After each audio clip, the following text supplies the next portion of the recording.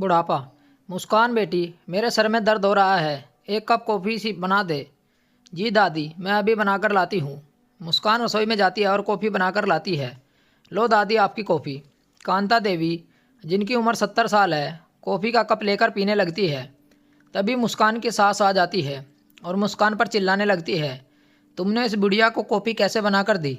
मुस्कान बोली, मम्मी, दादी के सर में दर्द हो रहा था, इसलिए गर्मा गर्म कॉफ़ी बनाकर दे दी। अंजना जी बोली, इस बुढ़िया को तो बुढ़ापे में कुछ न कुछ खाने को सूझता है। मम्मी, रहने दो, ऐसा क्यों बोलती हूँ? अरे वह, अब तुम मुझे बोलना सिखाओगी? यह कहते हुए अंजना जी ने कॉफ़ी का कप उसकी सास के हाथ से लेकर फेंक दिया। पता नहीं तुम्हें बुढ़िया को खांसी रहती है, कहीं मेरे बच्चों को भी हो जाएगी।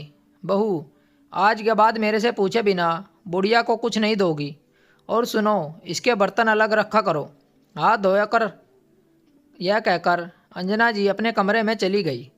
मुस्कान कांता देवी के पास बैठकर रोने लगी। कांता देवी बोली, बेटी, मेरी चिंता मत कर और अपनी सास की बात माना कर। कुछ दिन बाद कांता देवी को खांसी ज़्यादा होने लगी तो मुस्कान निराशा से अंजना जी के पास गई और बोली, मम्मी जी, दादी को खांसी बहुत हो रही है, तो दादी को अस्पताल लेकर जाऊं?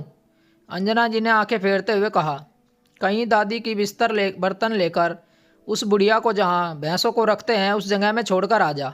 मुस्कान बोली, मम्मी जी, दादी को यहीं रहने दो, वहाँ कैसे रहेंगी? अंजना जी बोली, मैंने जितना कहा है उतना काम करो। बेचारी के आगे एक ना चली। उसने कांता देवी के बिस्तर बर्तन लिए और कांता देवी को लेकर गई।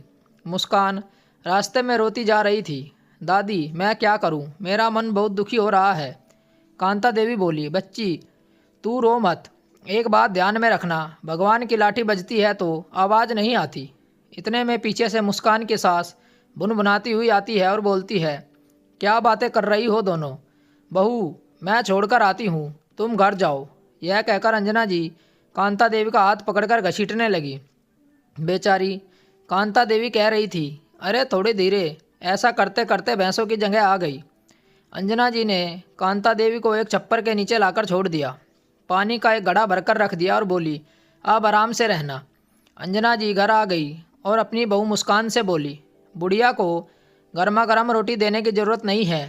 आज सुबह की रोटी हो या कल शाम की रोटी, वही देकर आना। मुस्कान रोज़ कांता देवी को 2 रोटी अलग से अपनी साड़ी के पल्लू में छिपाती और बासी रोटी थाली में रखकर अपनी सास को दिखाती, फिर लेकर जाती। बासी रोटी को रास्ते में भैंसों को दे देती और ताज़ी रोटी कांता देवी को देकर आती। यही सब सही से चल रहा था, पर कहते हैं ना, भगवान को कुछ और ही मंजूर था। एक दिन अंजना जी ने मुस्कान का पीछा किया और सब देख लिया। घर आकर मुस्कान को खूब भला बुरा कहते हुए कहा, अगर तुम्हें दादी की इतनी दया आ रही है, अपने माँ बाप के यहाँ चली जा। मुस्कान बेचारी रोती हुई अपने कमरे में चली गई। दूसरे दिन अंजना जी खुद कांता देवी के लिए रोटी लेकर गई। मुस्कान अंदर ही अंदर बहुत दुखी हो रही थी। आखिर में भगवान की लाठी का बजने का समय आ गया। कुछ दिनों से अंजना जी को भी बहुत खांसी हो रही थी। दवाइयाँ लेकर भी खांसी सही होने का नाम नहीं ले रही थी। तभी मुस्कान बोली, मम्मी जी, अब तो आपका भी बुढ़ापा आ गया है। मैं तो अब आपको इस घर में नहीं रहने दूंगी, क्योंकि मेरे भी बच्चे हैं। आपको भी दादी के पास छोड़कर आ जाती हूँ, वहीं रहना और बासी रोटी खाना। यह सुनकर अंजना जी बोली, तुमने मुझसे इस तरह की बात की? आने दो देवेश को, जो माँ के आगे कुछ नहीं बोलता था। शाम को घर आया तो अंजना जी ने सारी बात बता दी। देवेश बोला, मुस्कान सही कह रही है माँ, कम से कम किसी में तो हिम्मत आई आपको सही रास्ता दिखाने की। माँ, बुढ़ापा सभी को आता है, हमें इस तरह उनकी अवहेलना नहीं करनी चाहिए। दादी की तकलीफ़ नहीं दिखी आपको? आज आपका समय आ गया भैंसों के छप्पर में रहने का। यह कहकर देवेश मुस्कान के साथ कमरे में चला गया। कुछ समय बाद दरवाजे पर अंजना जी ने आवाज़ लगाई कि बहू, आरती की थाली सजा कर ला। देवेश और मुस्कान अंजना जी की आवाज़ सुनकर कमरे से बाहर आते हैं और देखकर हैरान होते हैं। दरवाजे पर दादी को लेकर खड़ी, अरे खड़ी खड़ी क्या देख रही है? आरती की थाली ला और दादी जी की आरती कर। आज से दादी अपने घर में रहेंगी हमारे साथ। मुस्कान जल्दी से आरती की थाली लाई और आरती उतारकर दादी को अंदर ले गई।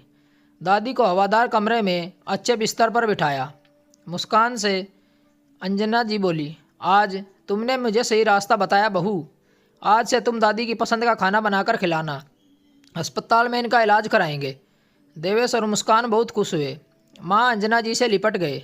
मुस्कान मन ही मन भगवान को धन्यवाद दे रही थी।